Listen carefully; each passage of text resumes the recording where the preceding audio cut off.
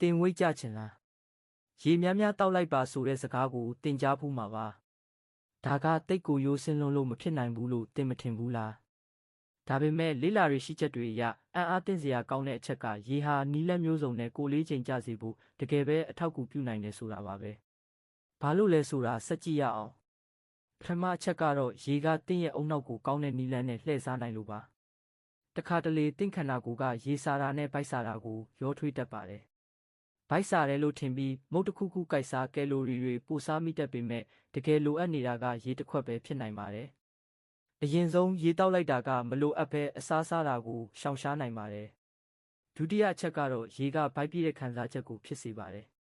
တင့်ရဲ့အစာအိမ်ကိုပူပေါင်းတစ်လုံးလို့မြင်ကြည့်ပါအစာမစားခင်ရေတစ်ခွက်တောက်လိုက်ရင်အဲ့ဒီရေကတင့်ရဲ့အစာအိမ်ထဲမှာနေရာယူထားပါတယ်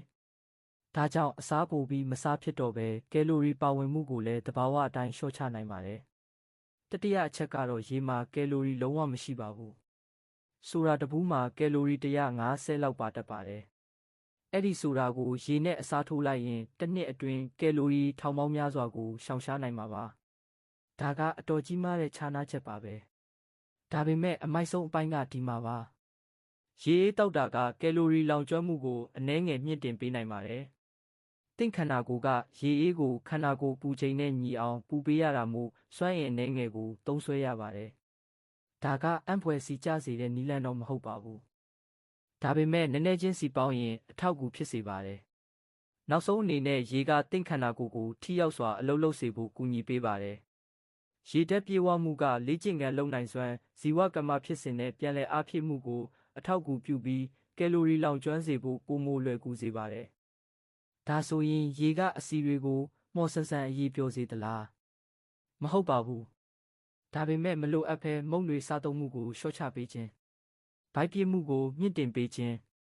ကယ်လိုရီများတဲ့အချိုရည်တွေကိုအစားထိုးခြင်းနဲ့ခန္ဓာကိုယ်ကိုအကောင်းဆုံးဖြစ်အောင်လှုပ်ဆောင်စေခြင်းအပြင်ရေဟာရနိုင်သမျှအထဲမှာအယိုးရှင်းဆုံးကိုလေးချိန်ကျစေတဲ့နည်းလမ်းတစ်ခုဖြစ်လာပါတယ်